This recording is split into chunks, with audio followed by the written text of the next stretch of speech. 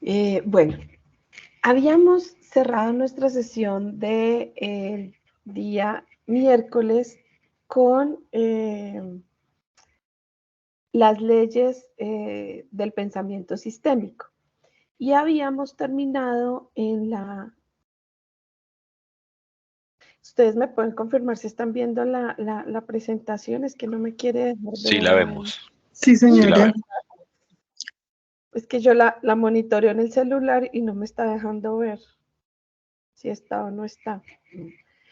Y decíamos que teníamos 11 leyes. Habíamos terminado, perdón por la voz, habíamos terminado en la ley número 8, que hablaba de los cambios pequeños que podían producir resultados grandes. Y habíamos hablado de los puntos de apalancamiento, dando el ejemplo de del buque, ¿sí?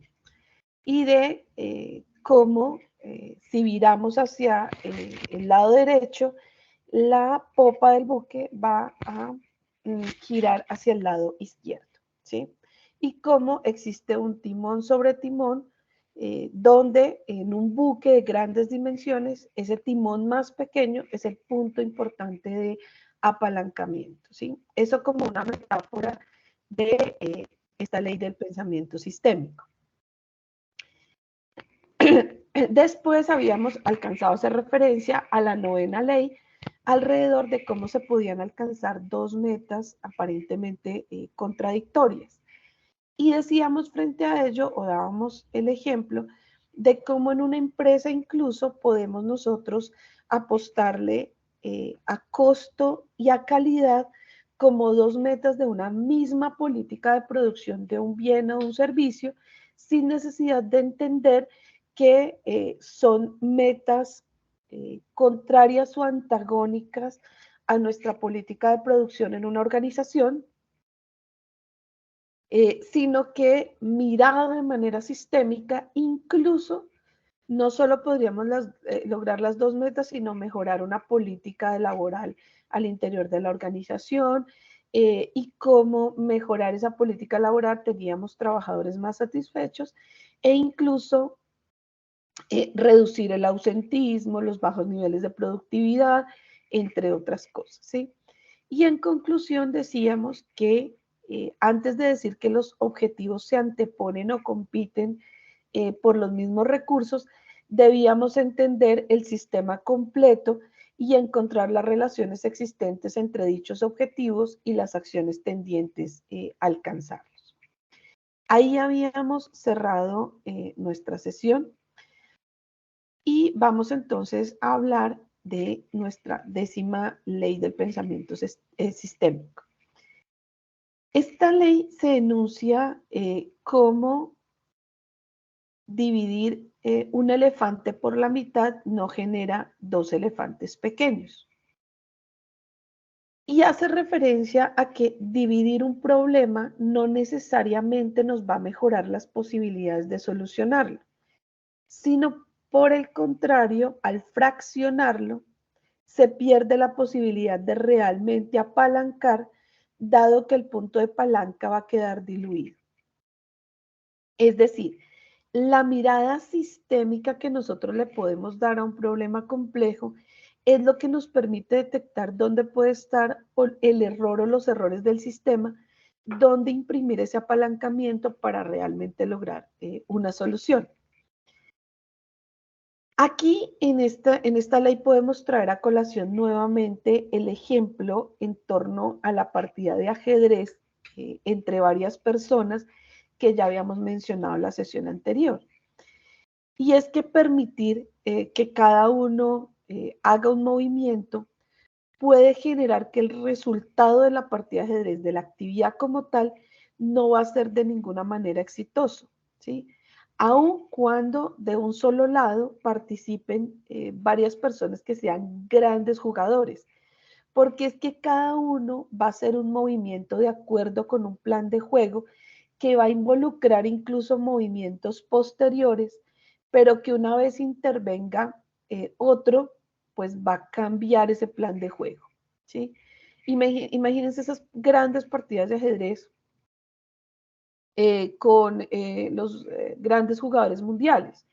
Ellos se piensan, y por eso el ajedrez es ese juego de estrategia, 2 o 3 movimientos más adelante o incluso la partida completa, analizando de manera inmediata incluso las eventuales o posibles jugadas que pueda adelantar el contrincante. Entonces, si yo tengo planeado el juego completamente y he avanzado incluso en las posibilidades de movimiento del contrincante y otro interviene en mis jugadas, pues cada movimiento va a alterar ese plan de juego y dejo de ver la partida de ajedrez de manera sistémica. Esta metáfora nos sirve, digamos, para señalar que cuando nosotros dividimos un problema para que nos rinda el tiempo o lo resolvamos necesariamente en equipos de trabajo, sin entender el problema de manera sistémica, y lo que hacemos es, por ejemplo, buscar alternativas en cada área, en cada dependencia, por ejemplo, para disminuir los costos operativos, optimizar tiempos, pues esos resultados del esfuerzo realmente van a ser fraccionados y desarticulados, pero nunca serán, digamos, buenos o efectivos como el abordar estrategias globales e integrales. Digamos que acá lo que podemos ver es que tenemos los primeros tips de cómo debería ser finalmente el trabajo en equipo en una organización, ¿sí? Y es que el trabajo en equipo no lo podemos ver solo como ese equipo cercano de la misma dependencia, de la misma área de la entidad o la organización, sino que si nos vemos de manera, o sea, si le imprimimos el enfoque sistémico realmente a un problema complejo, el trabajo en equipo tiene que involucrar a la organización en pleno, ¿sí? Porque es la única manera de que lo abordemos con estrategias globales y realmente integrales. Ahora bien, esto no quiere decir que todos los problemas necesariamente deban atenderse, por ejemplo, por todo un equipo administrativo o todos deban ser un problema de la compañía, sino que en el momento en que vamos a analizar el problema complejo con enfoque sistémico y cuando nos planteemos la estrategia para resolver ese problema, debemos evaluar si es necesario ver los subsistemas y, digamos, analizar el problema sistémicamente, pero en subsistemas, o si ese fraccionamiento o esa vista de enfoque en subsistemas va a rompernos relaciones importantes que van a ser necesarias para una solución real y definitiva, ¿sí? Esto bajo la claridad que algunos problemas se entienden solamente al observar la interacción entre las partes que lo componen. Este principio en particular resulta en ocasiones difícil de practicar porque algunas organizaciones han sido diseñadas de tal manera que impiden que las personas identifiquen esas interacciones significativas. Y un modo va a consistir en imponer esas rígidas divisiones internas que imposibilitan preguntarse más allá de unos límites, y la otra, digamos, trae la dificultad que empezamos a dejar que otros resuelvan los problemas. Ese que llamamos coloquialmente el tirarle la pelota a otro o a otra área, ¿sí? O sea, empezamos a ver todo tan fraccionado que al final de cuentas nadie quiere asumir la responsabilidad de encontrarle la solución al problema, sino empezamos a botar la pelota y la tesis es que otro resuelva el problema, ¿sí? Visto, por ejemplo, en la dinámica de la estructura orgánica de la alcaldía mayor, fíjense que la propuesta inicial de organización del distrito a partir de sectores administrativos y vista desde esas comités, comisiones interinstitucionales,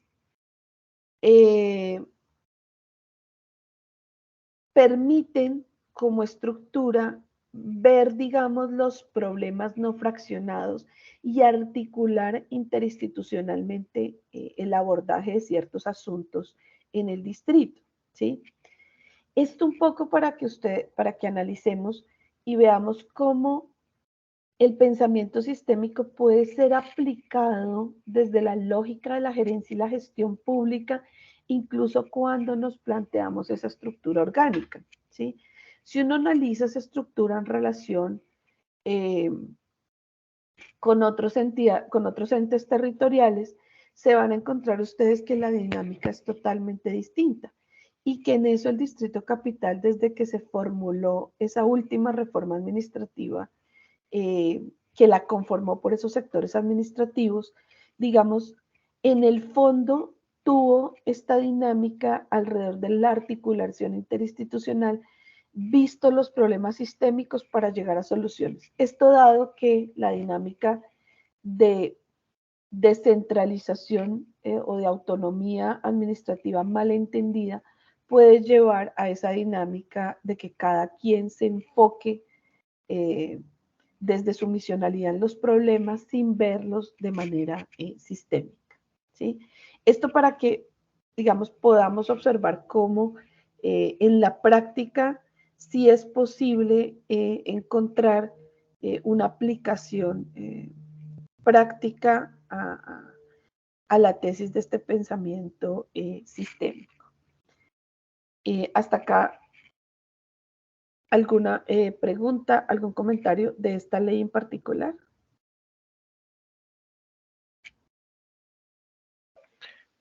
Sí, no, pues Bien. remarcar aquí que lamentablemente lo que gobierna a las entidades es la cultura, al contrario de los silos, ¿no? De trabajar aisladamente, de cada quien tiene su rol, su competencia, y se nos dificulta muchas veces entrar en interacción con otras áreas de la misma entidad, ¿no? Eso también además, digamos, mm, eh, muy afincado por ejemplo, como, o por lo menos acá donde trabajo, pues en el IDIGER, cómo se formulan, por ejemplo, los proyectos de inversión, ¿no? Que son absolutamente separados y aislados los unos de los otros, lo cual termina pues motivando que, digamos, cada área se ocupe, digamos, de cumplir sus metas, ejecutar su presupuesto bajo su propio interés, ¿no? Porque tengo que cumplir, pero no hay una conexión con los otros proyectos de inversión, y así de esa manera pues se genera una cultura en donde cada quien está ocupado de cumplir, pero en el fondo, en la realidad, uno se da cuenta que siempre necesita del otro, ¿sí? Del otro que no está, que no hace parte, no sé, por ejemplo, de la subdirección de reducción, pero pues no sé, si mi proceso necesita de la expedición de un CDP, de un RP, pues necesito el área de presupuesto.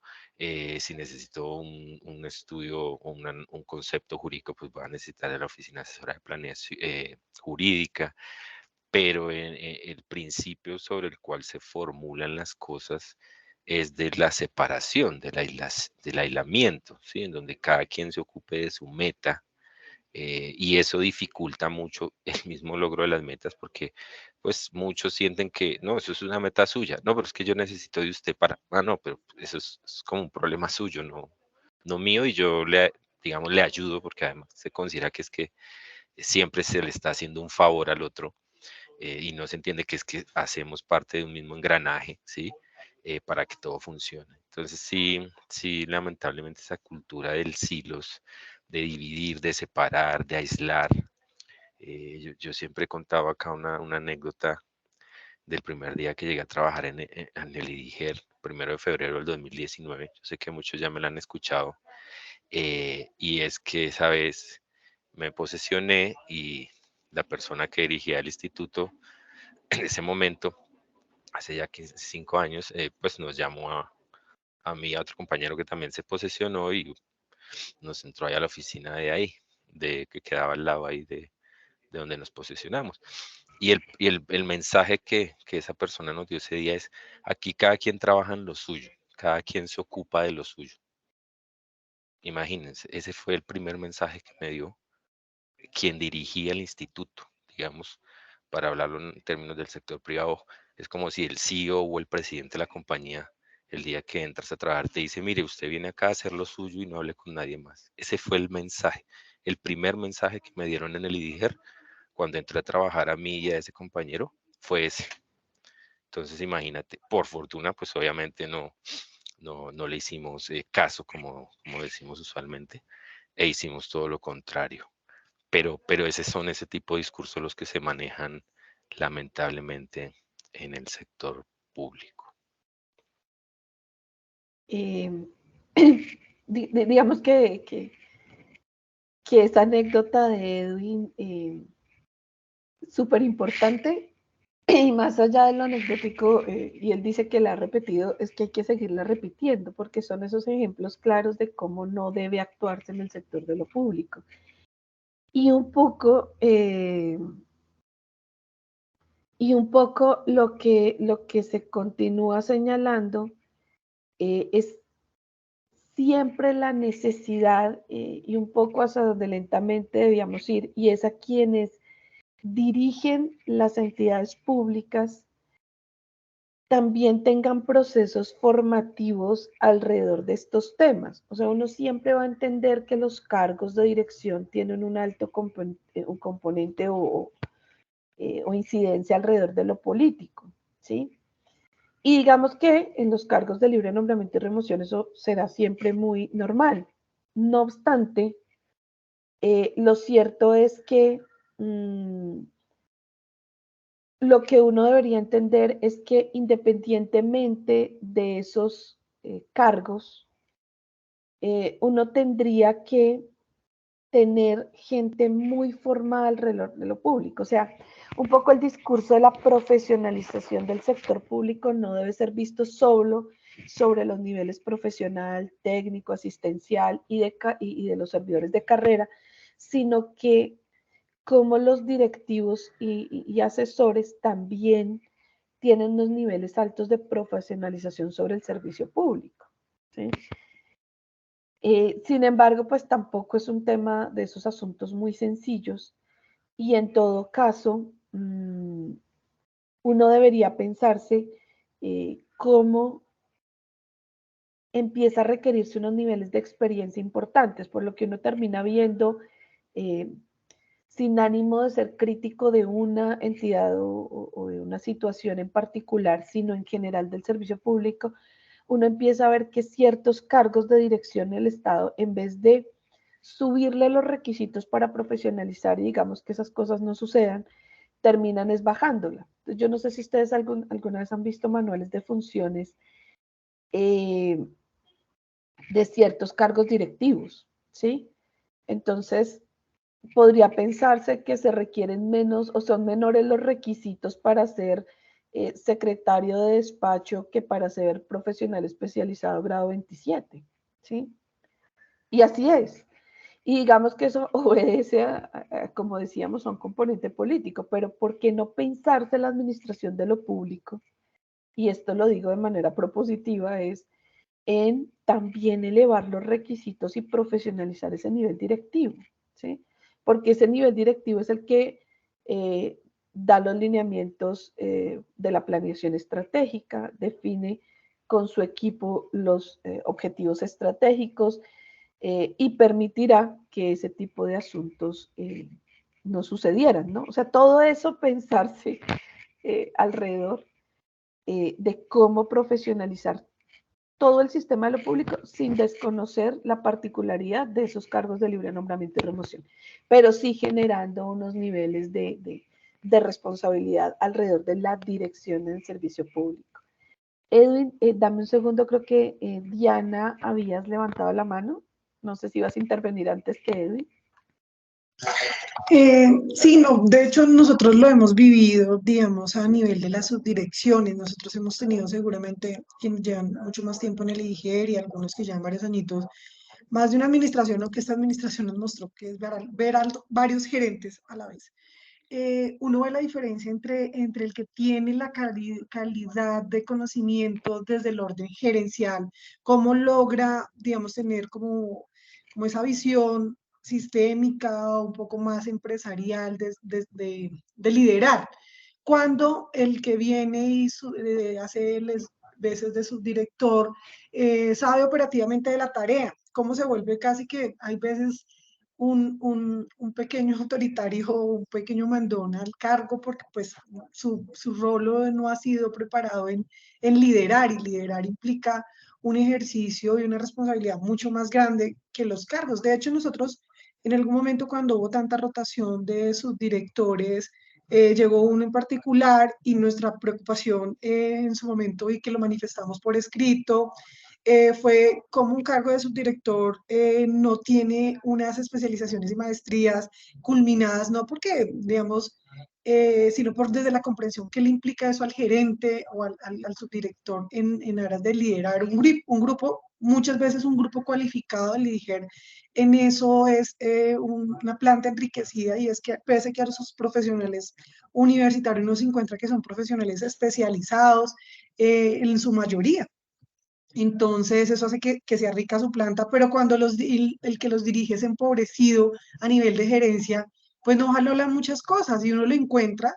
Y eso nos ha sucedido mucho, yo creo que estos 4 años en la administración, ver cuando el gerente no jalona y no tiene autonomía. Entonces no permite tener esa visión y lograr permear a la cabeza. Se convierte sencillamente en quien lo puse ahí para que no me dé lío. Era como eso. Está bien, Diana, y digamos que quisiera que particularmente cuando ciertas personas del nivel directivo escuchan este tipo de debates, no es sencillo que los asuman. Entonces, uno lo que debería tratar, ojalá, de que ellos entendieran, es que este tipo de debates que hoy estamos dando, digamos, son con ánimos propositivos para que la gestión de lo público se mantenga ante ese concepto de mejora continua, ¿sí? Porque yo creo que si alguien de nivel directivo nos escuchara ahorita, dirían como que son ataques o algo así, y sucede muchísimo. Sería importante que entendieran de manera propositiva que cuando los servidores de carrera hacemos observaciones alrededor de estos temas, es porque contamos con un nivel de experiencia y de reflexión alrededor de estos temas desde el nivel en el que se está, que supera los periodos de gobierno, que debería poderse escuchar para adoptar medidas al interior de las entidades.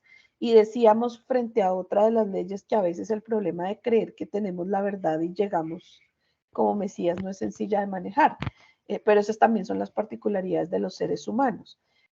Y un poco lo que nos plantea Diana, yo creo que es súper importante. Hoy, no solo en la gestión de lo público, sino en la teoría organizacional, se ha transformado absolutamente ese concepto del jefe, ¿sí? Entonces, a veces, y creo que yo no sé si ustedes han visto por ahí dentro de las caricaturas que circulan en redes, que está la figura esa del jefe dando órdenes. Y hoy se ha transformado organizacionalmente a entender que lo que necesitamos son líderes, y que ese líder no es el que se sienta a dar órdenes para que el otro trabaje, sino el que encabeza la jalada de la carreta de todos hacia el mismo lado, ¿sí? Digo la carreta porque creo que la caricatura era precisamente cómo llevar una carreta de un lado para otro. Entonces, es cómo cambiar esos conceptos y entender que hoy los directivos de las entidades públicas un poco traído ese concepto de lo privado, de la gestión de organizaciones de lo privado, deben cambiar esa mirada de jefes y ponerle una mirada de liderazgo a las entidades públicas para mejorar la gestión. Y yo creo que ese es un reto, y por eso decía yo, valía la pena que este nivel de reflexiones llegara a la necesidad que todos quienes ocupan cargos de nivel directivo también participen de ejercicios de formación y de reflexión alrededor de la gestión, ¿sí? no solo del conocimiento sobre lo misional de un tema en particular, o sea, no sé si yo sé de finanzas públicas y por eso en Hacienda asumo un cargo del presupuesto. No solamente es eso, no es solamente saber lo técnico, sino saber cómo funciona la gestión pública y cómo mejorarla y cómo debería ser la gestión alrededor de las organizaciones. Constanza, dame un segundo. Edwin, tienes la palabra y ya sigues tú. Sí, continuando un poco con la idea que menciona Diana, es el caso acá del instituto en donde para ser director o directora general, pues realmente los requisitos son, o sea, son absolutamente, pues, bajos. O sea, mira, cualquiera de estas 10 personas que estamos acá conectadas en el IGER, que por fortuna comparto y trabajo con muchas de ellas, está sobrecalificada según el manual de funciones para ser director o directora general del instituto. Y eso de entrada ya te marca mucho porque pues es lo que tú acabas de comentar, ¿no? Oiga, como para ser un profesional especializado te piden posgrados, años de experiencia general, específica, pasas por unos exámenes, como es el caso de la carrera administrativa, una evaluación de tu hoja de vida, una evaluación comportamental, de funciones, ¿sí? Para llegar a un cargo profesional especializado. Pero pues muchas veces lo que uno siente con los cargos de libre remoción y nombramiento es que basta con ser amigo o amiga de.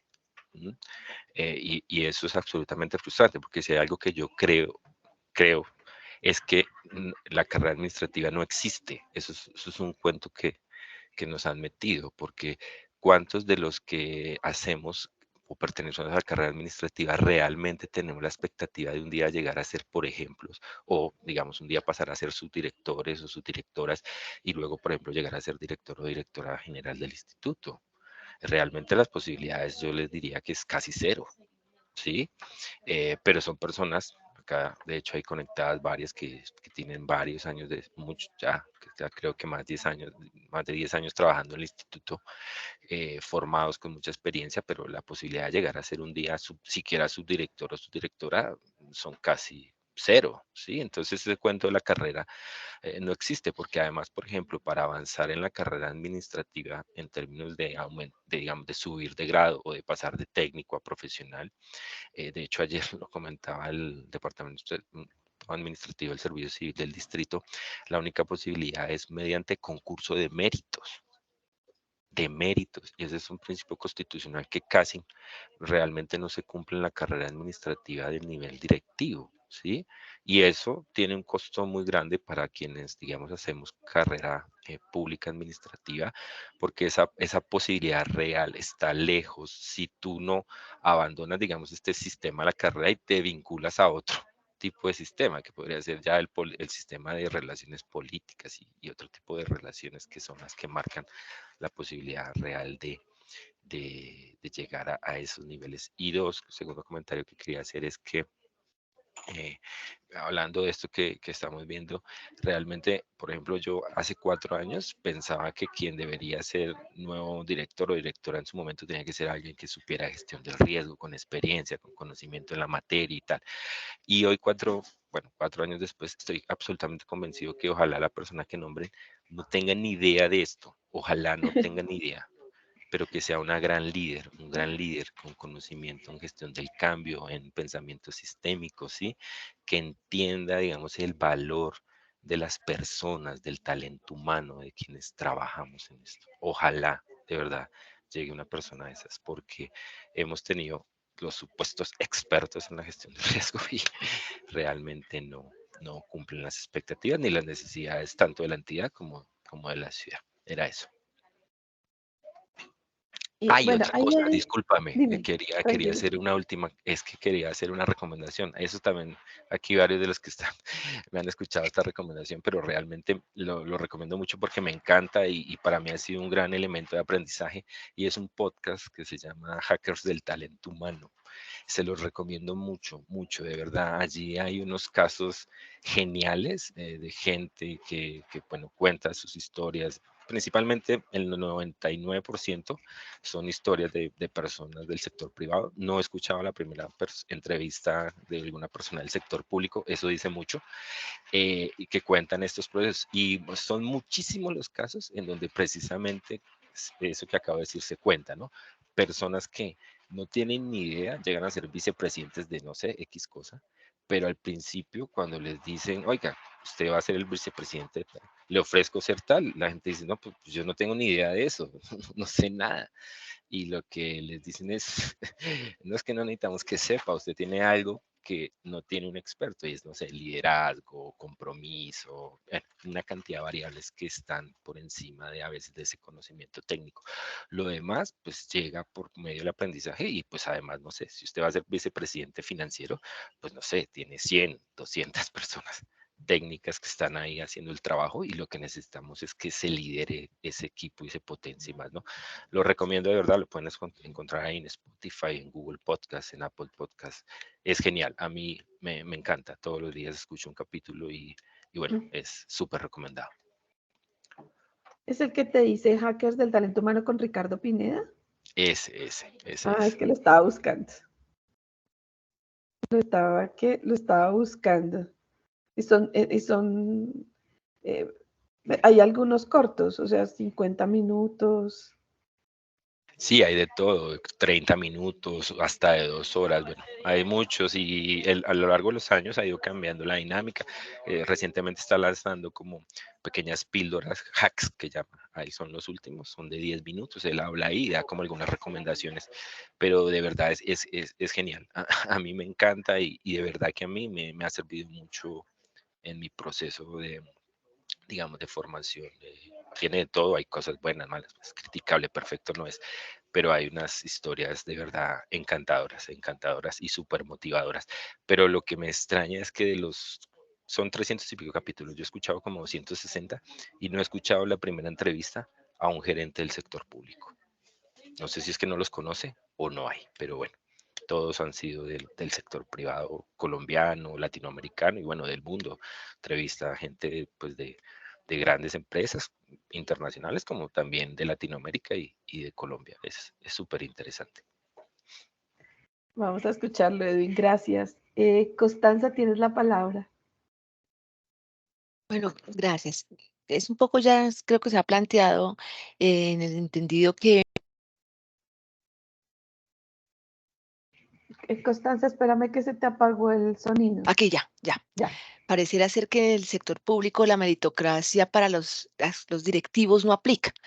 Y como me señalaban mis compañeros anteriormente y compañeras, pues es un tema más político. Entonces, digamos que la mirada técnica, la mirada inclusive humana que estaba planteando Edwin alrededor de los directivos no se tiene en cuenta. Son otro tipo de compromisos los que juegan al momento de delegar o asignar una responsabilidad, que es lo que uno está pensando para la nueva administración. Entonces, dependiendo de quién gane, entonces uno dice, bueno, ¿quién podría venir? ¿Quién está haciendo antesala? ¿Quién está haciendo lobby? ¿Quién está tratando de agarrar, de arrasar, digamos, con lo que haya y que es capaz de vender hasta su alma por llegar a un lugar al que quiera? Y ahí es donde uno dice, pues, ¿dónde está la mirada técnica que permita tener la capacidad de dirigir una organización y un grupo de personas? Más allá, como lo decía Edwin, que también coincido en que sea experto en la materia. Puede ser que el que no sea tan experto en la materia tenga otras habilidades y cualidades que son las que en este momento esta entidad requiere. Esta entidad yo creo que no requiere tanto el perfil técnico, porque creo que el recurso humano de la entidad tiene una gran ventaja. Incluso la mayoría de nuestros compañeros de nivel técnico, asistencial, tienen un perfil muy alto o son profesionales o incluso profesionales con especializaciones. Tenemos gente con una experiencia importante que podría ser un elemento muy importante al momento de la planeación, al momento de construir colectivamente un proyecto en torno a una entidad como la nuestra. El problema es que quien llega, y eso no podemos, digamos, exhibir aquí a ninguno de los que llegan o han llegado y que pueden llegar, cuenta o tiene en cuenta el recurso humano. porque se llega con, lo hablábamos la vez pasada, se llega con la premisa que de por sí va a ser todo malo. Y de por sí los funcionarios de planta son unos vagos. Y de por sí aquí no hay nada que hacer. Entonces yo me traigo, es la gente de afuera, dejo la gente de planta un poco al margen y gobierno con mis amigos, cosa que no es un error tampoco. Uno gobierna con los cercanos, también está bien, pero hay que creer en el recurso humano. Yo creo que nuestra entidad se ha caracterizado por eso, por no tener en cuenta su recurso humano, por no saber, por ni siquiera querer conocer qué tiene que decir su recurso humano. Y entonces uno nota que las administraciones han administrado desde su propio imaginario. Como somos tan expertos todos, porque aquí a esta entidad particularmente, uno ve que se rota en cinco, de los 5 dedos de la mano se pueden rotar, fulano, mengano, sutano, o vuelve otra vez sutano, mengano, son 5, porque son los 5 expertos, máximo 6. Entonces cada uno llega con su verdad absoluta, porque además tenemos la particularidad de la arrogancia propia del ser humano. El no poder entender que, claro, puedo tener un conocimiento importante, pero tal vez lo que hizo el otro también sirvió, pero lo que hizo el anterior también, pero, ¿no? Y que podemos construir de manera colectiva. La historia institucional está en nosotros, los de planta, el recurso humano de planta, y nunca, nunca en la entidad se ha echado mano a ella. Inclusive, tenemos nosotros como recurso humano, digamos que somos los que que tenemos la historia. En este momento, seguramente, si uno hiciera un sondeo, la entidad no tiene historia. Y no tiene historia porque tenemos un número muy significativo de contratistas que no conocemos sus informes, que no, ni siquiera sabemos qué hacen, ni para qué están contratados, ni cuál es el valor agregado que le da a la entidad. No sabemos nada. Podemos en la siguiente administración repetir lo que ya se hizo como ya ha pasado y entramos en reprocesos y nuevamente en reprocesos y termina siendo, mire, yo supe de algún directivo que dijo que los funcionarios de planta no servían para nada, que él quisiera tener una salita donde les pudiese tener un televisor, unos jueguitos, para que ellos se fueran y se sentaran allá a jugar todo el día, porque no servían para nada. Los funcionarios no daban ningún valor agregado y éramos unos vagos. Y como éramos unos vagos, era mejor que estuviéramos en una salita jugando parqués.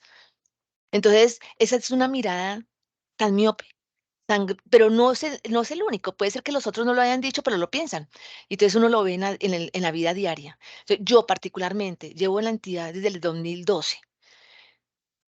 Tengo que decir que del 2012 al 2015 tuve una participación un poco más activa, mucho más activa, y puedo decir que participé en procesos de planeación o intentos de planeación, porque tampoco es que, bueno, pero intentos por lo menos, donde no todo el mundo tampoco participaba. Yo sí tuve la posibilidad de participar, pero tampoco todo el mundo participaba, no era cierto. Pero desde el 2016 a la fecha, no he estado en un solo proceso de planeación, en ninguno.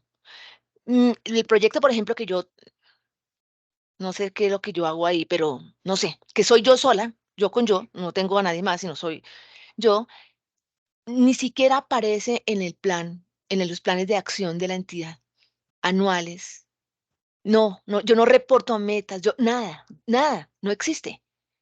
El negar la existencia de un área, de un grupo, de lo que sea, de una persona, porque soy sola, no importa, pero el tema, digamos, el negarlo, habla mucho. O sea, ¿por qué lo negó? ¿Por qué no se tiene en cuenta? Pero no solamente fue esa administración, la anterior también. ¿Qué pasó? ¿Por qué no es importante un tema? ¿Por qué no cobra vigencia el otro? ¿Y por qué se mantiene una situación de esas en el tiempo? Y no soy el único proyecto que tiene esa situación, ¿sí? Hay otros que no. El decir, por ejemplo, de alguna administración, no creo en la participación y en esta administración no se hace participación. Eso es un tema de discusión, es un tema que deberíamos estar mirando como institución. Pero ¿qué pasa? Es el enfoque de quien llega, es la directriz de quien llega. Entonces, por eso insisto yo en que puede llegar el mejor administrador, entre comillas, a nivel técnico, pero sus lineamientos y su enfoque no necesariamente corresponde a la necesidad de una entidad y de una ciudad además. Muchas gracias, Constanza. Antes de intervenir, le voy a dar la plata, si ves, la palabra a Diana y ya le cierro porque Constanza nos ha dado unos elementos súper importantes que encuentran concordancia con lo que nos había planteado Edwin. Diana.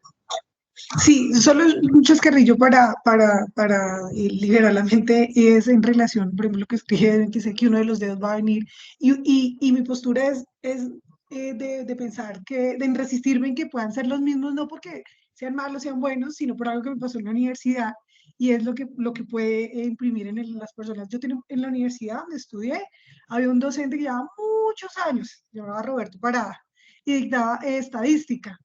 Y todo el mundo sabía y le tenía miedo, y el señor muy inteligente, seguramente, muy bueno. Y durante toda la carrera, uno le veía sacar unos acetatos, porque eran unos acetatos los que para explicar toda su temática. Y yo creo que uno encontraba a la profesora de la universidad, la que era la coordinadora, y todas se acordaban de los acetatos que utilizaba Roberto en las clases, que les había dado a ellas cuando eran estudiantes, cuando se sentaban en sus clases. Hasta el último día, Roberto sacó sus acetatos y siempre nos mostraba sus acetatos. Todos le teníamos miedo, sabíamos que era bueno, pero no nos estimulaba como estudiantes nunca pensar algo diferente porque pues él tampoco vivía o se daba la oportunidad de enseñar algo diferente. Era bueno en lo que decía porque durante casi 30 años que estaba en la universidad tuve esos acetatos amarillos, amarillos. Entonces eso pasa igual con él y dije, el director que está en ese momento, Guillermo Escobar, alguien habló de su antecedente, ay, cuando Guillermo vino, y ahorita cuando vino, ¿qué pasó? Sacó sus acetatos. ¿Y qué pasa cuando alguien ya, digamos, se siente que sabe ahí que vuelve? Es que cuando vuelve, saca sus acetatos. Entonces, me entristece saber que si vuelve el otro, uno sabe que va a sacar sus acetatos. Y cuando se sacan sus acetatos, pasa lo que pasaba en la clase de Roberto. Ya nadie pensaba, todo lo veían amarillo, y como que finalmente no invitan lo nuevo. Entonces, como que uno dice, oh, otra vez si viene Roberto, sacará sus acetatos. Era como la lección. Muchas gracias, Diana. Digamos que de lo que ustedes han dicho hay como unos elementos importantes que resaltar y que yo los repito, los había dicho en otra sesión, pero yo los repito porque me parecen súper importantes. Y es cómo esa teoría de la gestión de lo público no se queda en la teoría, ¿sí? Cuando Constanza nos dice es cuál es el papel de esos servidores, eh, finalmente es cuál es el papel del capital humano en cualquier organización y claramente en la entidad de lo público, ¿sí? Y es que si nosotros, yo siempre he pensado que hay entidades, no se elige, digo, otras entidades, donde los temas de calidad particularmente y ahora de mi PG se tratan como un relleno, o sea, hay que cumplir y cumplimos, pero nadie sabe realmente y se sienta a pensar en cómo eso puede favorecer la gestión de la entidad. Y si entonces volvemos a mi PG, ¿qué decimos? Es que el capital humano es estratégico. Y si el capital humano es estratégico, es lo que nos permite lograr esos objetivos estratégicos y nos permite materializar los objetivos y las metas del plan de desarrollo que hace parte también de la carta de navegación en lo público. Entonces, si un gerente público sabe qué es mi PG, entiende las dimensiones de mi PG, pues va a entender cómo es el relacionamiento con esos servidores públicos y va a entender cuál es el papel tal vez de los contratistas que debería ser la excepcionalidad en el Estado y que es realmente la regla en la mayoría de entidades. Y entiende que, como dice Constanza claramente, quien debería tener la memoria institucional y la tiene son los servidores de carrera. Y entonces ahí aparece esa dimensión de gestión del conocimiento en el modelo integrado de planeación y gestión, que va atado a esa estrategia, o sea, a ese capital humano estratégico. Entonces, ese capital humano estratégico construye conocimiento, mantiene conocimiento, ¿sí? Y genera nuevo conocimiento, que es lo que conocemos como innovación en el sector de lo público. ¿Quién hace proyectos de innovación? Los servidores de carrera, ¿sí? Entonces, ¿cómo entendemos que esos modelos no son un relleno en la gestión de lo público, sino que se materializan en la gestión día a día? Y un poco, ahí sí, opinión personal, lo que yo haría si manejara la entidad pública o asesorar a alguien que tomara esas decisiones es entender que como seres humanos seguramente hay un escenario en el cual cada cual desempeña mejor el rol. Entonces puedo tener un excelente técnico, el que tiene PhD sabe todo lo que ustedes quieran, pero no tiene un buen relacionamiento, no sabe trabajar en equipo, no tiene comunicación efectiva. Entonces, ¿por qué ese PhD no lo coloco como asesor? Que si entiendo la dinámica de lo público, los asesores no tienen personal a cargo, no dan lineamientos, no imparten instrucción, no, asesoran. Su nombre bien lo dice. Orientan, apoyan la dictar lineamientos y demás. Entonces, tal vez ese PhD yo lo colocaría de asesor. Y tal vez el que no es PhD, pero sabe del tema, ha tenido experiencia, pero tiene excelente manejo de trabajo en equipo, tiene una capacidad de liderazgo altísima, entonces ese va a ser el director. Y pongo un director con un gran asesor que apoye y construyo con el capital humano que ya tengo. ¿Sí? Pero, digamos, eso requiere un conocimiento técnico de lo público y unas habilidades muy grandes. Yo digo coloquialmente para leer la gente, ¿sí? O sea, para entender cuál puede ser la habilidad de uno y cuál puede ser la habilidad de otro. O sea, y eso necesita poder conocer también las personas. A veces por eso las entrevistas de trabajo son importantes. Digamos que eso se ha eliminado mucho por el carácter subjetivo, pero la entrevista de trabajo me permite descubrir que esa hoja de vida que yo vi, al hablar con la persona detecto que tiene unas habilidades y unas capacidades en algunas cosas que a la entidad son beneficiarias, pero no necesariamente para otras. Y por eso les digo, alguien le llega una hoja de vida a quien debe tomar la decisión de nombrar a alguien y entonces lee que su hoja de vida tiene la experiencia que ustedes quieran en el Banco Interamericano, en el Banco Mundial, en no sé dónde, y lo que les digo es PhD, no sé qué. No, esta hoja de vida es perfecta. Y encuentra las deficiencias que ya ustedes han señalado, porque nunca entrevistó a la persona. Se la recomendó a alguien, le pareció un experto y allá lo pone. Y no necesariamente sirve para dirigir la entidad. Bien podría ser un asesor muy bien pago y acompañar las decisiones técnicamente sin necesidad de asumir un rol de dirección. Pero, digamos, esto implica un altísimo conocimiento y experticia en lo público alrededor de los temas teóricos que hoy estamos viendo acá, ¿sí? Por eso es tan importante mantener esos escenarios de reflexión, de escucha y de aprendizaje en los que también debería participar el nivel directivo, ¿sí? Porque también encuentra uno elementos importantes siempre alrededor de estos temas de la gestión pública. Voy a cerrar rápidamente con la última ley para que pasemos a nuestro de 5 minutos mientras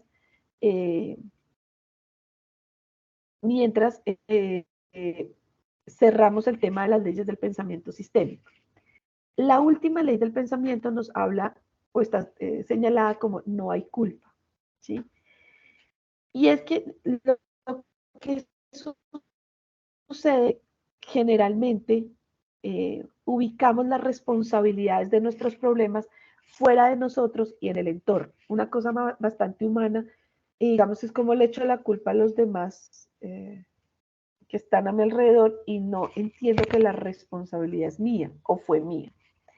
Y esto es lo más común y además que es una posición cómoda, ya que cuando encontramos fuera de nosotros las causas de los problemas, pues hay una sensación de calma, pues porque no tenemos injerencia en ese entorno. Y digamos, ahí se aplica ese proverbio antiguo que se materializa en nuestra vida diaria, es, si no puedes resolverlo, ¿de qué te preocupas? ¿Sí? Pero en el pensamiento sistémico, digamos, el punto es que, visto el problema como un sistema, tal vez yo sí pueda resolverlo, ¿sí? Si yo quiero y trabajo para hacerlo, de hecho, incluso debo resolverlo, ¿sí? Cuando nosotros nos acercamos a esa realidad de manera sistémica, vamos a descubrir que no hay nada externo. En realidad, nosotros hacemos parte del sistema. Y si nosotros hacemos parte del sistema, nosotros y las causas de los problemas vamos a pertenecer a ese sistema.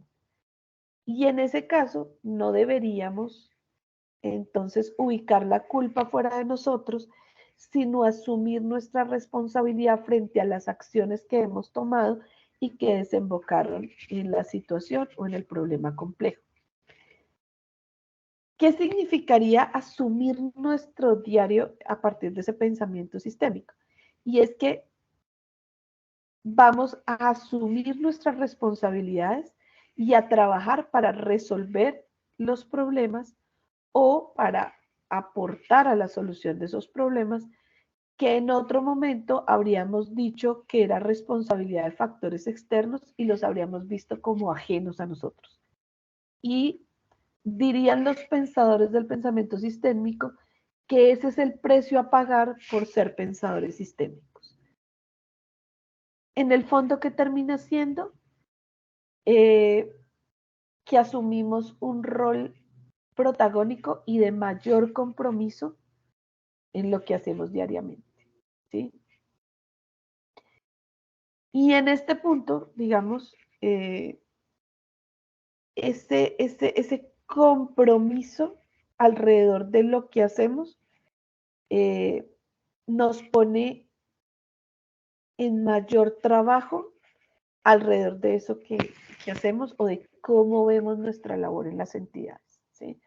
Y eso supera lo que mencionaba Constanza a grandes creces, y es cómo nos ven como servidores públicos, o sea, no como ese que no hace nada, que no aporta nada, sino que si apropiamos esto, que además debo decirlo, de sus intervenciones, puedo ver que lo tienen muy apropiado, entendemos un mayor compromiso con ese trabajo diario de nosotros y con los problemas vistos con plenitud de la entidad, ¿sí? Hasta acá, digamos, el tema de las leyes del pensamiento sistémico, vistas además desde las metáforas para que las apropiemos, pero claramente vistas es realmente desde los ejemplos y desde sus intervenciones, donde puedo darme cuenta que han apropiado absolutamente estas leyes. Sin embargo, cerrado el tema de estas leyes del pensamiento sistémico, vamos a pasar a algunos elementos que pueden obstaculizar este camino de ver o de enfocar sistémicamente nuestra vida y las situaciones o problemas a los que nos enfrentamos.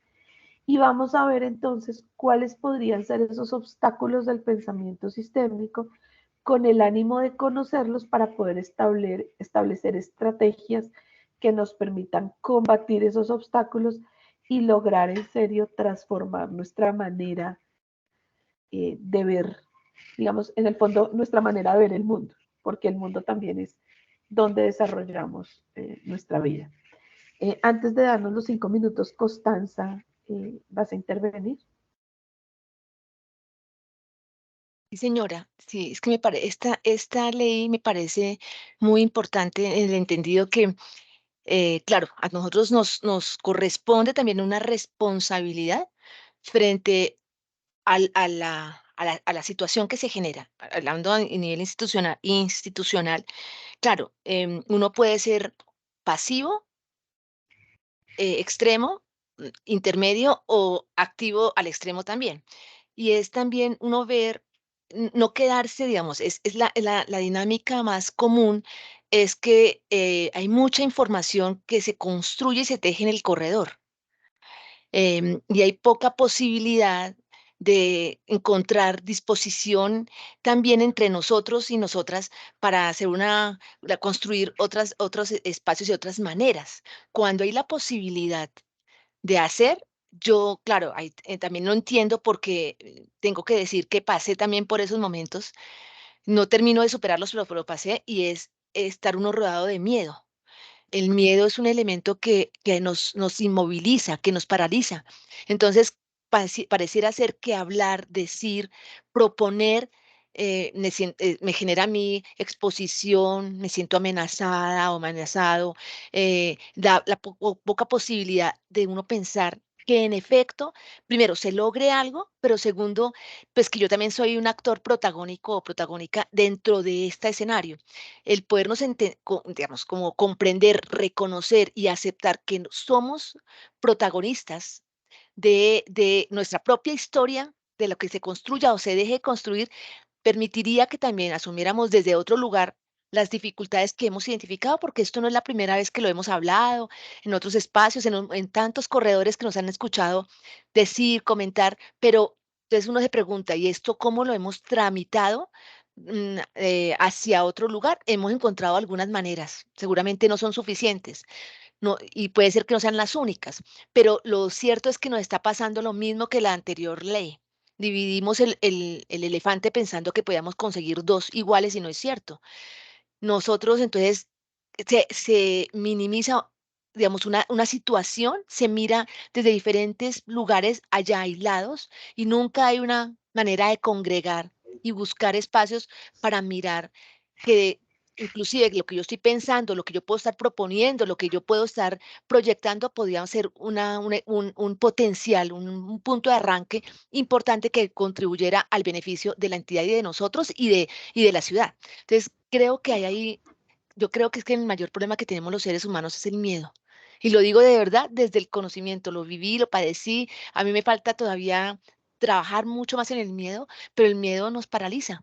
Nosotros no hemos podido entender que somos funcionarios de planta. Nosotros nos pasó una cosa muy particular y lo digo por mí, pero creo que aplica casi a todos y a todas. Y es que veníamos de ser contratistas, por lo menos yo fui contratista durante 26 años, entro a ser de planta y casi no me creo que soy de planta. Y yo seguía actuando los primeros años de mi nueva condición como contratista. Y me daba miedo hasta parar, hasta decir, hasta, porque siempre pensaba que algo podía pasar con mi estabilidad, entre comillas. ¿No? Entender que uno cambia de dinámica cuando es de planta también tiene que tener otra mirada distinta y que el miedo pues no nos puede ser el determinante para actuar y para proponer. Bueno, Constanza nos deja una reflexión muy grande alrededor de cómo actuamos y cómo nos vemos a partir del miedo. Eh, y ahí yo solo quisiera decir que generalmente la posibilidad de organización colectiva también nos permite superar esos miedos y dejar de vernos de pronto tan solos, ¿no? Porque a veces también el miedo tiene que ver con sentir que estoy solo y la acción colectiva, la fuerza colectiva también yo creo que sirve al propósito de fortalecernos porque entiende uno que lo que pienso, las discusiones o lo que vivo o no sé, eh, también lo vive alguien y no lo sabía, o también lo siente, o también lo piensa de manera similar otra persona, y podemos incluso asumir posiciones colectivas. ¿Sí? Yo alguna vez trabajé en una entidad donde eh, se asignaba la supervisión a los profesionales y digamos que el equipo directivo tomaba las decisiones, pero como supervisores firmábamos. Y el día que nos empezamos a reunir y constituimos un comité de supervisores y empezamos a decir, venga, pero ¿usted qué le pasa en su contrato? Y empezamos a ayudarnos, descubrimos que vivíamos las mismas cosas y hasta que llegó un día donde no más. Las decisiones del equipo directivo van a asumirse de conformidad con el manual y como supervisores hemos adoptado estos lineamientos, que no son otra cosa que los lineamientos normativos, legales o de los manuales internos de la entidad. Y empezamos a discutir cómo hacer lineamientos para la ejecución de debidas supervisiones, entendiendo que la responsabilidad es nuestra y que las órdenes no podían ser per se. O sea, esa acción colectiva de construcción de conocimiento colectivo nos permitió también un poco pararnos de otra manera como servidores al interior de la entidad. Entonces esas acciones colectivas nos permiten superar también unas situaciones y pararnos de otro modo, ¿sí? Nadie está diciendo pues que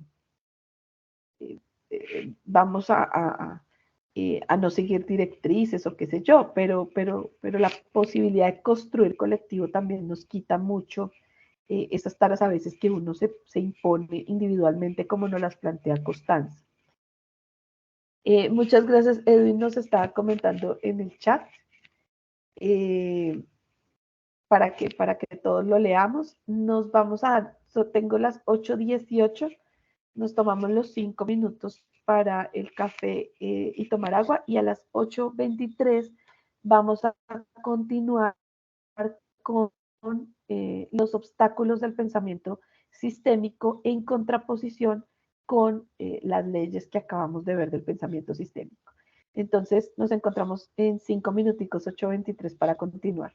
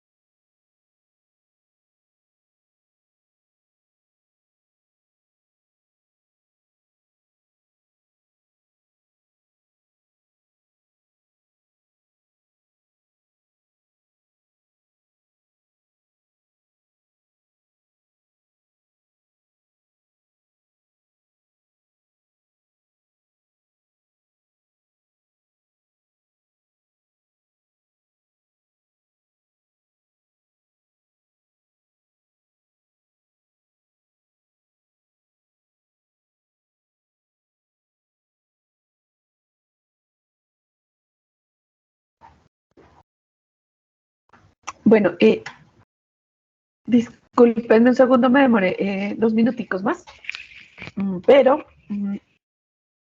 vamos a continuar. Vamos a continuar con los obstáculos del pensamiento sistémico. Antes, quisiera que viéramos un video muy corto, que la idea es que como que nos cierre los puntos de lo que hemos visto hasta ahora en términos de el sí, en términos de las leyes, antes de pasar a los problemas. Entonces, denme un segundito, que no sé qué está pasando.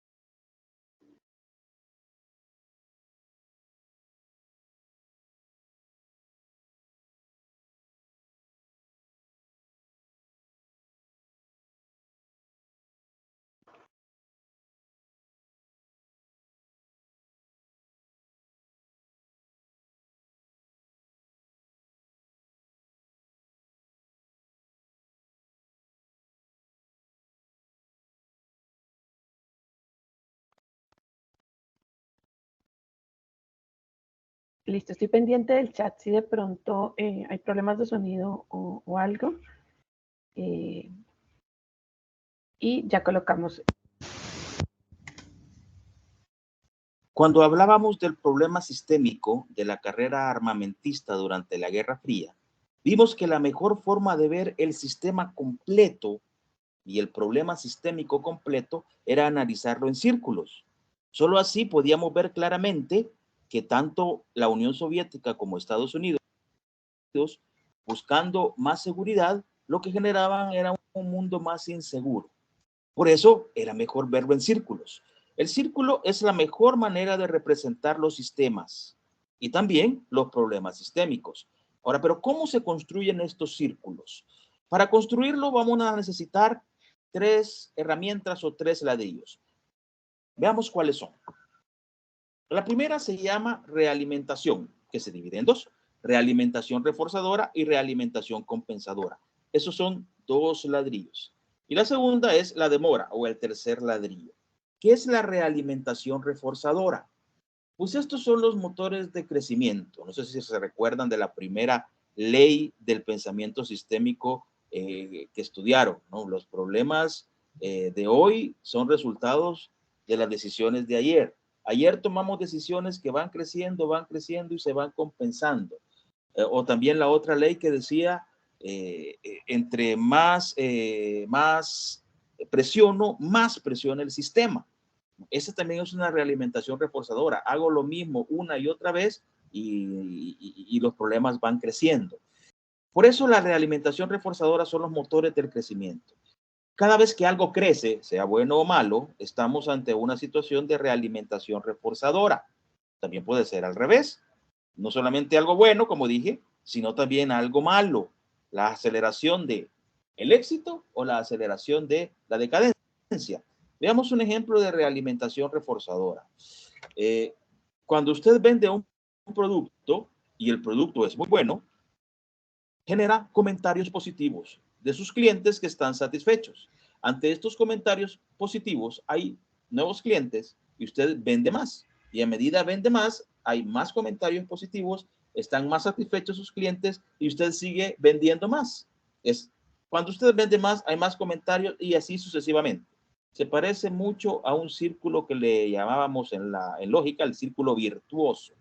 Algo que usted positivo que está haciendo crecer sus ventas. Se representa con una bola de nieve, como pueden ver ustedes al centro. Una bola de nieve cuando empieza a caer ladera abajo es muy pequeña y cuando llega abajo es bastante grande. Un pequeño acto crece como una bola de nieve y se va alimentando a sí mismo. Esta es una realimentación reforzadora. Tenga en cuenta que puede pasar al revés. Si usted tiene un producto que empieza a ser deficiente, los comentarios de su producto pueden ser negativos, los clientes están insatisfechos y sus ventas disminuyen, ¿no? Y si siguen los problemas, los comentarios siguen siendo negativos, sus clientes siguen siendo insatisfechos y sus ventas siguen disminuyendo. Y este proceso de realimentación reforzadora negativa es lo que puede llevar a cualquier empresa a la quiebra. Ya sea al éxito si aumentan sus ventas o a la quiebra si las ventas disminuyen. El otro tipo de realimentación se llamaba realimentación compensadora.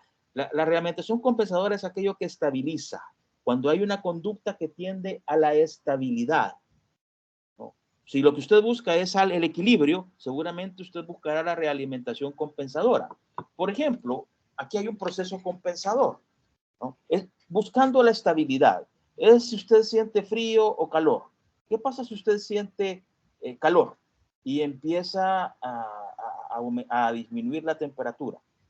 Esa diferencia de temperatura que usted percibe le va a llevar a buscar una ropa de abrigo. ¿Para qué?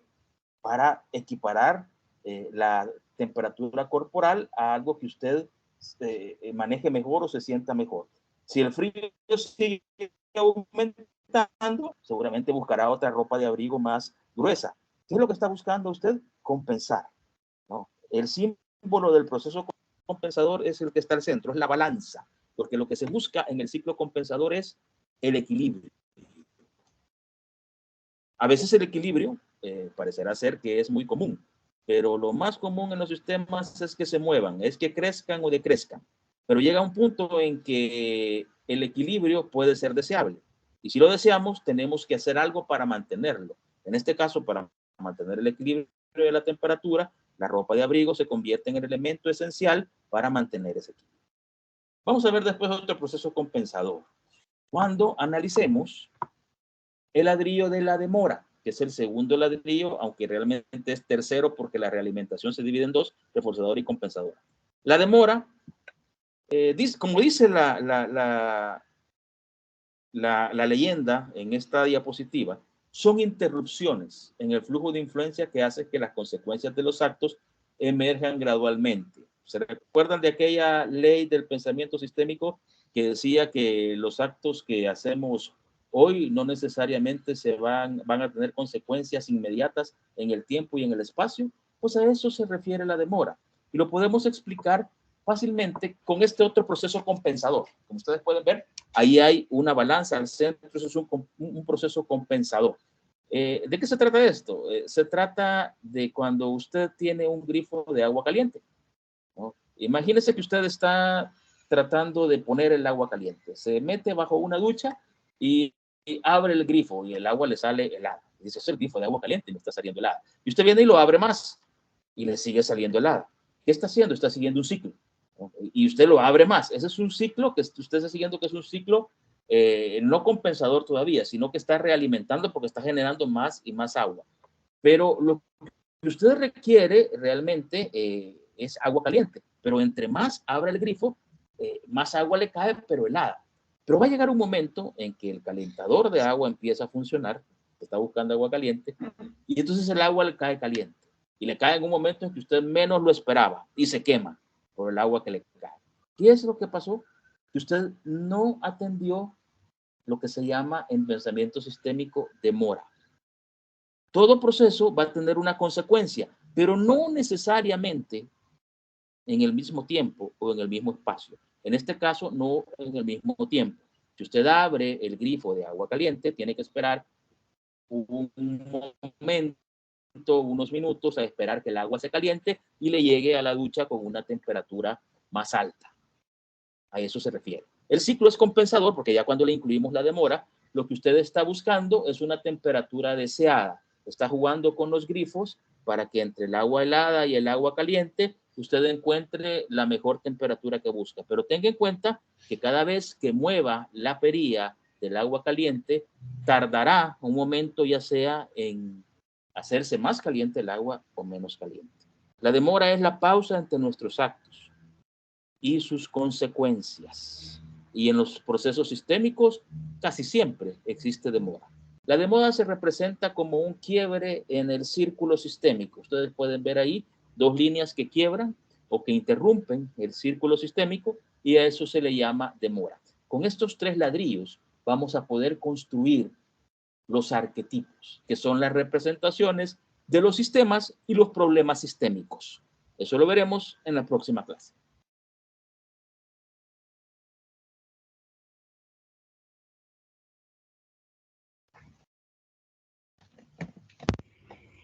Bueno, la idea de que viéramos el video es recordar los ciclos de realimentación, particularmente que habíamos visto ya hace 2 sesiones, y esos ciclos de realimentación cómo se entrelazan con las leyes del pensamiento sistémico que acabamos de ver. A partir de acá, digamos, nos quedan, esperaría 3 temas gruesos que ya les empezamos a encontrar una articulación. Lo que vimos de los ciclos de realimentación con las leyes del pensamiento sistémico, pasamos a ver los obstáculos y nos quedan los modelos mentales y los arquetipos que ya en el video estaban siendo mencionados, ¿sí? Entonces vamos a pasar a ver los obstáculos de ese pensamiento sistémico.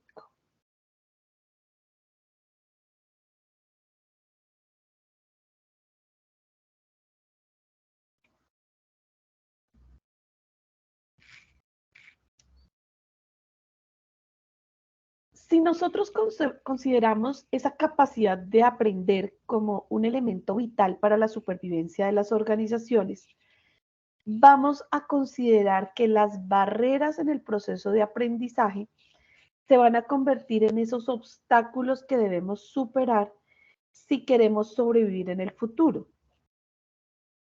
Estos obstáculos del proceso de aprendizaje también han sido considerados como obstáculos en el camino a ser pensadores sistémicos, a ese enfoque sistémico que podríamos darle a las situaciones a las que nos enfrentamos. El primer obstáculo del pensamiento sistémico se ha denominado como yo soy mi puesto. Y este obstáculo consiste en que las personas asumimos que simplemente somos la labor que desempeñamos. Es decir, que no nos vemos como una parte interconectada en el sistema, sino como elementos aislados, y nuestra responsabilidad se va a limitar a cumplir bien la labor que nos asignan, ¿sí? Es un poco la tesis, y hablando de lo que Constanza nos comentaba, también nosotros cómo nos vemos a nosotros mismos. Es yo, digamos, es la tesis del yo cuando digo, yo hago bien mi trabajo y hago lo que me corresponde y hasta aquí llegué y punto, ¿sí? No soy parte de. Cuando esto sucede, se van a perder las responsabilidades del conjunto y normalmente se terminan obteniendo resultados globales muy por debajo de los esperados, ¿sí? Es ese ejemplo típico cuando no hay sinergia y no hay un real trabajo en equipo. La responsabilidad de este obstáculo no recae solo en nosotros mismos, sino que también es un obstáculo que pasa por las decisiones en las organizaciones, porque las organizaciones también tienden a limitar y a etiquetar, por ejemplo, a sus funcionarios bajo esos rótulos que indican una actividad. Entonces, digamos que esos títulos nos llevan a que nos refiramos a las personas, el mecánico, el tornero que maneja el torno en una empresa, la secretaria, el contador. Y ante esas etiquetas, la imagen que se forma en cada uno de ellos es que simplemente son su función y no miembros de un equipo que tienen mucho que aportarle al conjunto sistémico. Aquí es importante señalar que el lenguaje juega un papel muy importante, ¿sí? Cuando nosotros transformamos también nuestro lenguaje y empezamos a nombrar las cosas, la manera como nuestro cerebro las recibe es diferente. Por eso aquí, cuando las etiquetas se manejan de manera individual y aislada, no permiten esa visión sistémica. Cuando hablamos en plural, las responsabilidades son de todos, transformamos la manera de entender esas dificultades. ¿Qué debería pasar entonces? Que deberían poderse en las organizaciones propiciar espacios que permitan el surgimiento de unas cualidades y habilidades particulares en los grupos de trabajo y que capitalicen esa sinergia del equipo. O sea, cómo construimos desde aquí también y desde el lenguaje realmente un trabajo en equipo. Este es nuestro primer obstáculo. El segundo obstáculo tiene que ver con el denominado enemigo externo. Este obstáculo está claramente relacionado con el obstáculo anterior. Porque si nosotros no logramos construir una imagen de conjunto y pluralizamos, por ejemplo, las responsabilidades, es decir, no asumimos una responsabilidad global, pues es muy fácil que las personas se vean tentadas a culpar de los problemas a los agentes externos, ¿sí?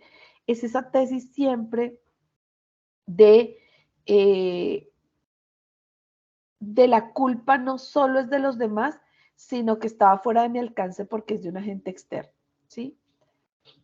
Y por eso es que generalmente en las organizaciones intentamos buscar culpables fuera de nuestra área o fuera de nuestra dependencia. Peter Senge, que es el autor de libros de pensamiento sistémico del que ya les había hablado, digamos que estableció este obstáculo de pensamiento al decir que cuando nos concentramos solo en nuestra posición y no vemos que nuestros actos la trascienden, vamos a entender que esos actos tienen consecuencias que no nos perjudican, cuando en realidad sí lo hacen.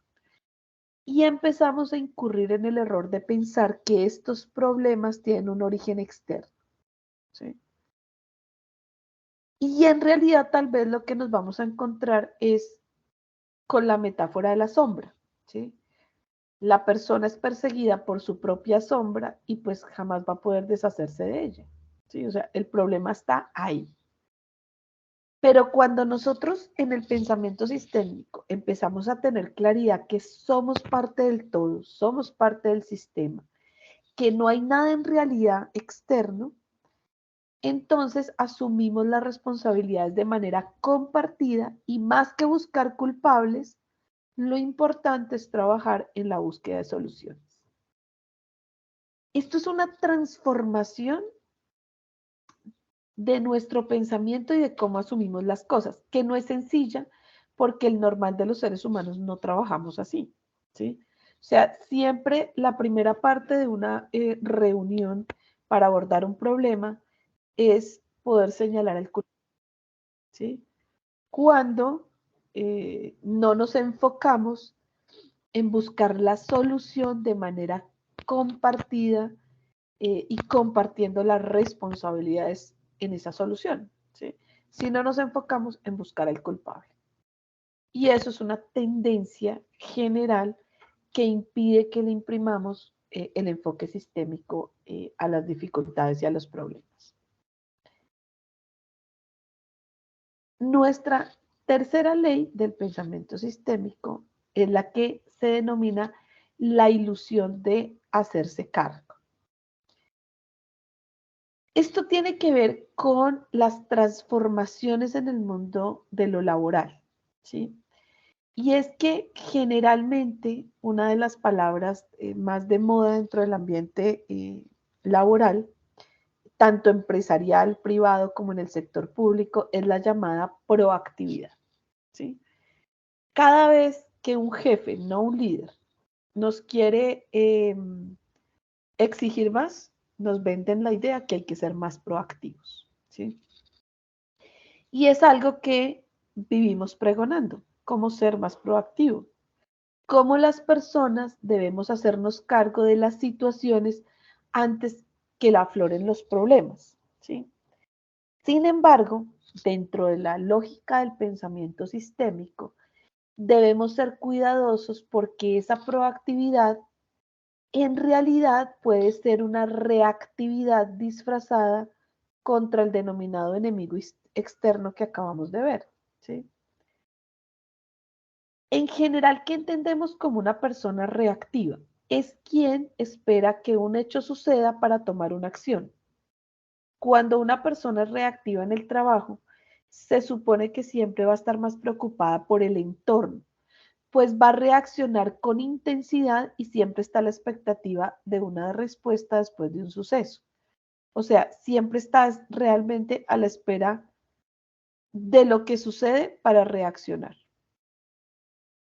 Mientras que en la reactividad se está a la espera del suceso para reaccionar, la proactividad va a estar relacionada con la actitud en la que una persona o una empresa asume el control de su modo de conducta de manera activa.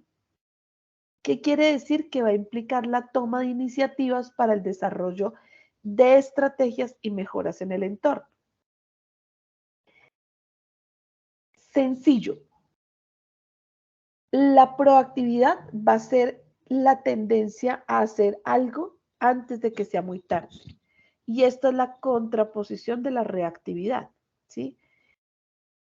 En parte es esa actitud de asumir una actitud de, perdón la redundancia, estratégica. Sin embargo, como obstáculo en el pensamiento sistémico, esa proactividad a veces es reactividad disfrazada, ¿sí? Porque termina siendo una forma de agresividad en contra del supuesto enemigo externo. En este sentido, ante una situación compleja, un problema complejo, antes de emprender acciones contra el enemigo externo o de tomar decisiones proactivas, hay que analizar las implicaciones que tienen esas acciones en el sistema total y verificar que efectivamente estamos siendo proactivos, ¿sí? ¿Esto qué significa? Antes nosotros de asumir la actitud proactiva en la inmediatez ante un hecho, tenemos que hacer una pausa, analizar las implicaciones de las acciones en el sistema, o sea, viendo el sistema en su complejidad y verificar que lo que vamos a hacer a continuación realmente implica que estamos siendo proactivos o que estamos siendo en realidad reactivos. Síntesis de este obstáculo para que lo entendamos, para que nos quede apropiado. La verdadera proactividad es un producto de nuestro modo de pensar y de la reflexión, de la capacidad que tenemos para analizar el sistema y ahí sí asumir la decisión partiendo de lo que ya hemos visto, del apalancamiento, la identificación, dónde aplico ese apalancamiento que va a ser, dónde modifico para la solución, ¿sí? Y nunca esa verdadera proactividad va a ser resultado de un estado emocional, es decir, de la reacción emocional sin el análisis debido, ¿sí?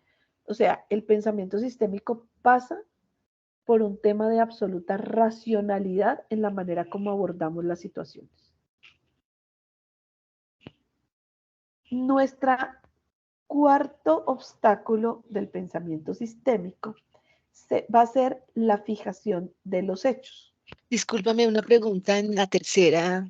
Qué pena, María Fernanda. No me queda tan clara si estábamos planteando que, digamos, se basa en la racionalidad, digamos, es exclusiva. ¿Dónde queda la emocionalidad? Porque finalmente el ser humano es razón y emoción. Y Sí, claro, por supuesto, muchas veces prima la emoción y puede ser que no logremos concretar, o bueno, pero la emocionalidad nos atraviesa, somos eso. ¿Cómo verlo desde esa exclusividad del pensamiento, de la razón? Digamos que aquí la apuesta del pensamiento es a que no nos domine la emoción, ¿sí? ¿Qué pasa cuando somos reactivos a eso? Ante el problema reaccionamos plenamente con la emocionalidad y creemos que es proactivo el que actuemos después de una situación, pero en realidad lo estamos haciendo plenamente en lo emocional y no estamos analizando la situación, ¿sí? Algo así como lo que nos puede pasar a quienes tenemos hijos cuando nos enfrentamos con ellos ante un problema, ¿sí? Y entonces podríamos imaginarnos que ellos tienen de eso que se les olvidó la tarea a última hora. Y nosotros pensamos que reaccionar frente al problema que tenemos, que es la tarea que ellos tienen que llevar mañana a última hora, reaccionamos, creemos que es proactivo, ¿sabe qué? Sentarnos y hacerles la tarea, ¿sí? Y eso es proactividad, o sea, yo me senté y la hice y solucioné, ¿sí? Por eso es la ilusión de que me hice cargo. Pero en realidad eso es ser proactivo, o lo que hice fue reaccionar emocionalmente y terminó siendo reactivo porque no solucioné de fondo el problema, que es que ese hijo mío adquiera una responsabilidad, ¿sí? Y entendí que el enemigo externo es que el colegio ponga muchas tareas y que ponga tareas difíciles, ¿sí? Entonces, ¿cómo me siento a entender la dimensión sistémica del problema? En efecto, el colegio pone unas tareas complejas, pero es que la tarea la había puesto hace una semana y a mi hijo se le olvidó la tarea, ¿sí? Entonces, tengo que además construirle a él o sea, construirle un sentido de la responsabilidad y enseñarle en el marco de la situación en la que me encuentro, que la tarea es para mañana, enseñarle además que tiene que ser responsable. Entonces, ¿cómo analizo todo lo que está pasando? No me dejo llevar por la emoción y además buscando una solución realmente reactiva, sino hago un alto, aplico nuestro pensamiento sistémico, entiendo dónde estuvo el problema o incluso dónde encuentro en el sistema varios puntos del problema y tomo una decisión proactiva. ¿Cuál será? En efecto, hay que solucionar. Y seguramente de alguna manera me haré cargo porque me tocará sentarme, ayudarle a hacer la tarea. Pero ¿cómo construyo en equipo con mi hijo y hacemos entre los dos la tarea? Y hacerla entre los dos implica hacerla más rápido para que él tampoco se acueste tarde para el colegio, ¿sí?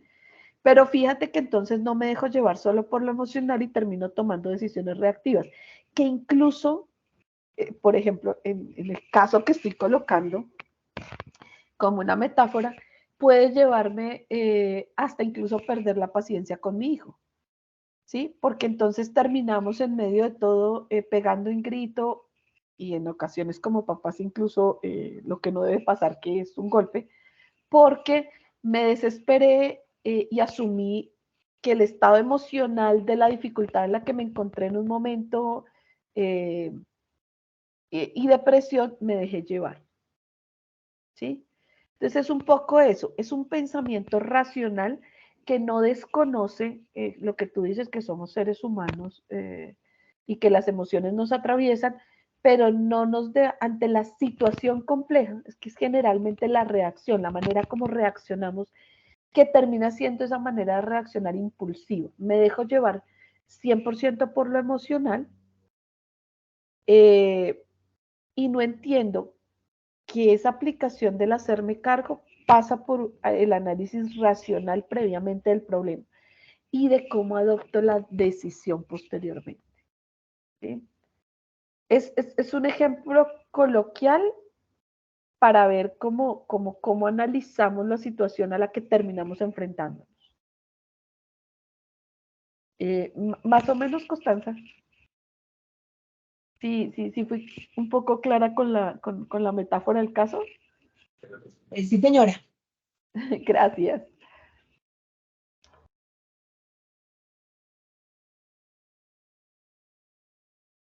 Bueno, vamos a hablar entonces de la fijación de los hechos.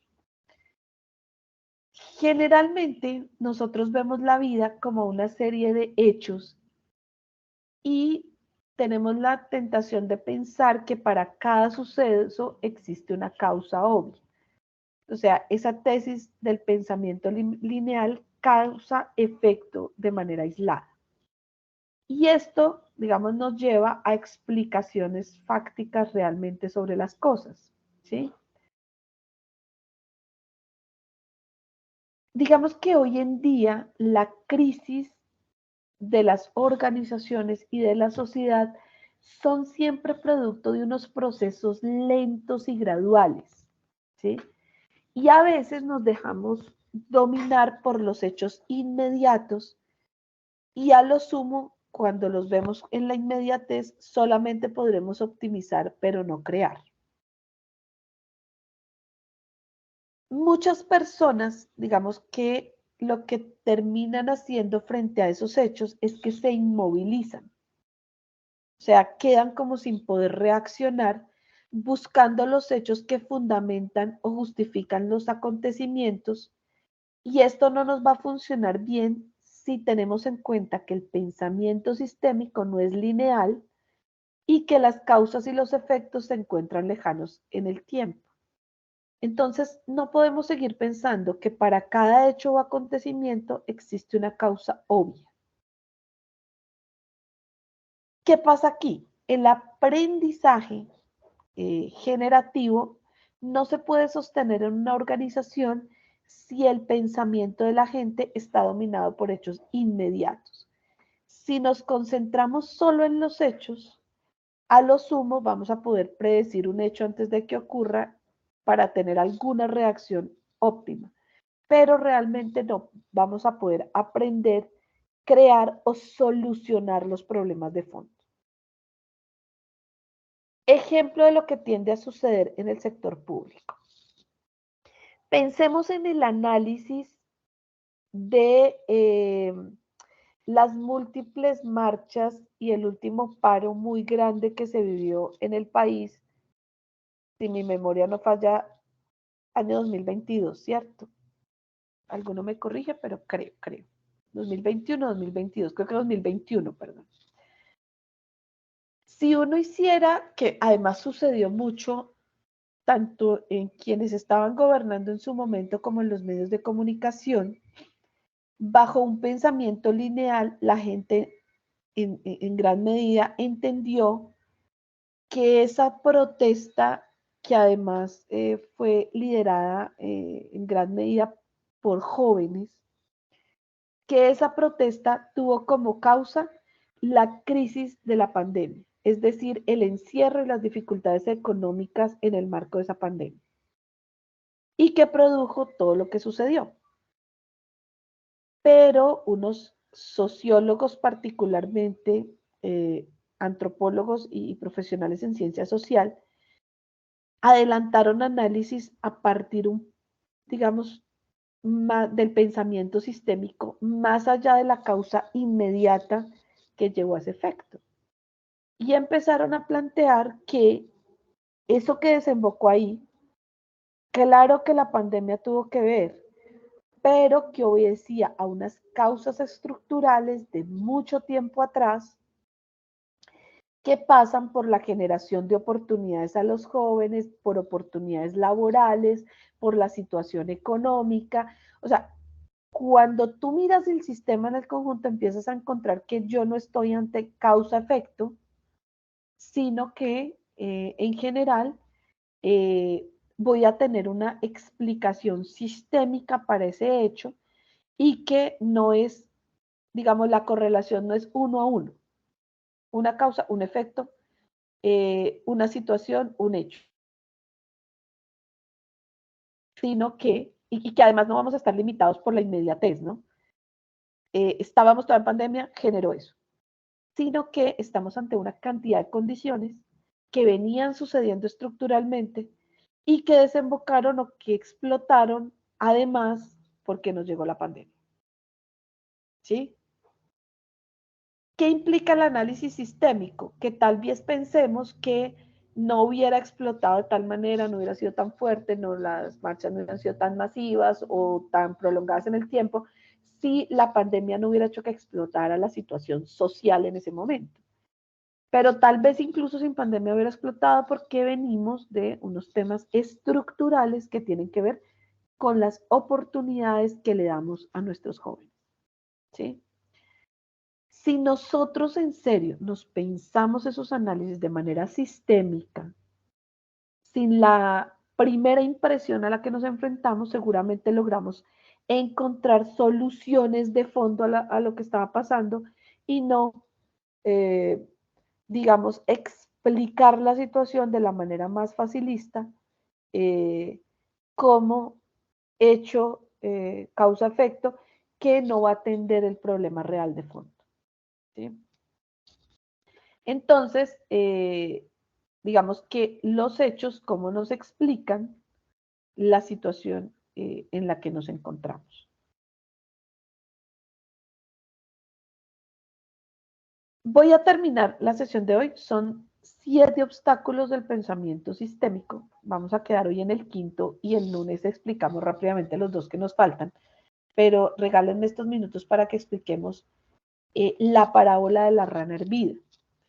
¿Qué nos dice la parábola de la rana hervida?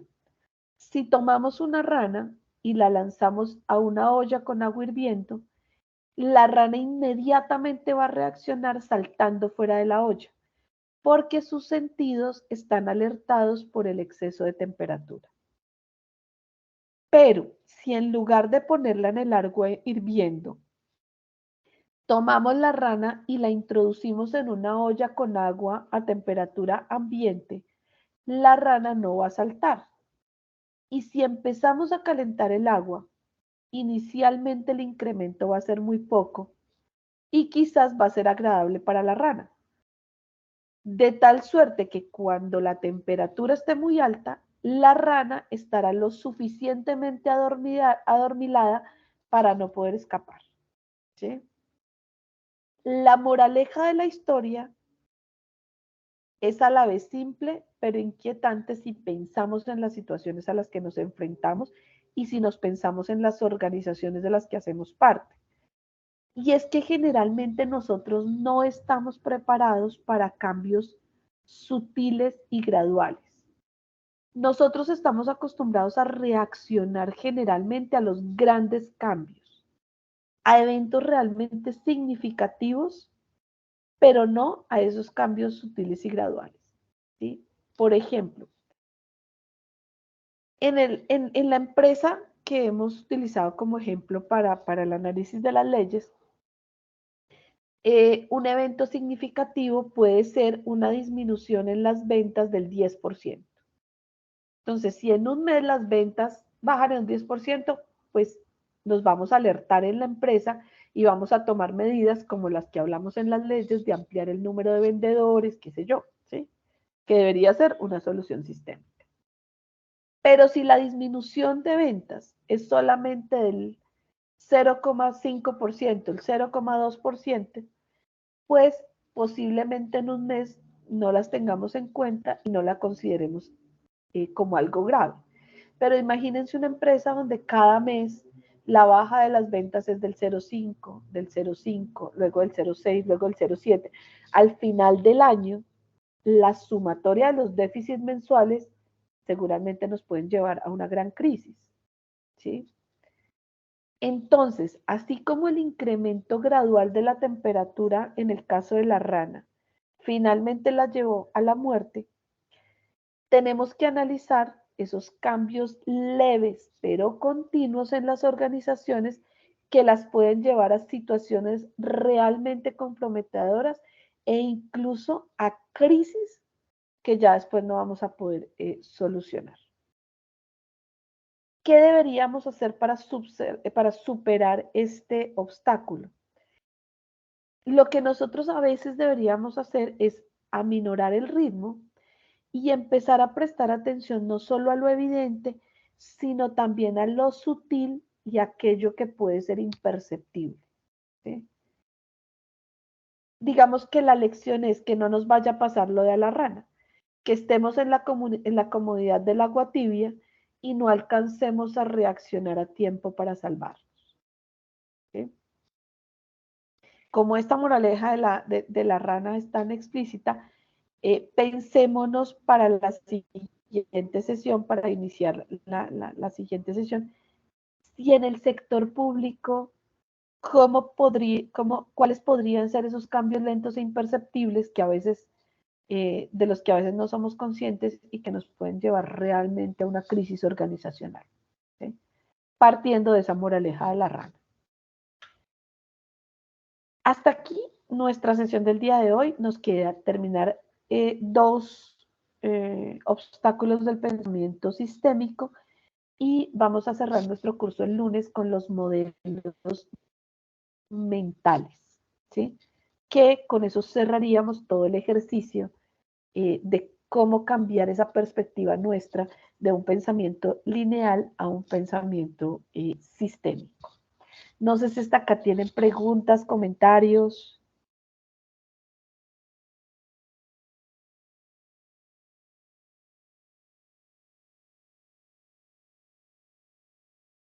Gracias a Estefanía, Ingrid, a Diana, a ustedes muchísimas gracias por su asistencia, pero más que nada por su participación, porque todo lo que ustedes han expuesto es una retroalimentación y un aprendizaje colectivo frente a lo que vivimos diariamente.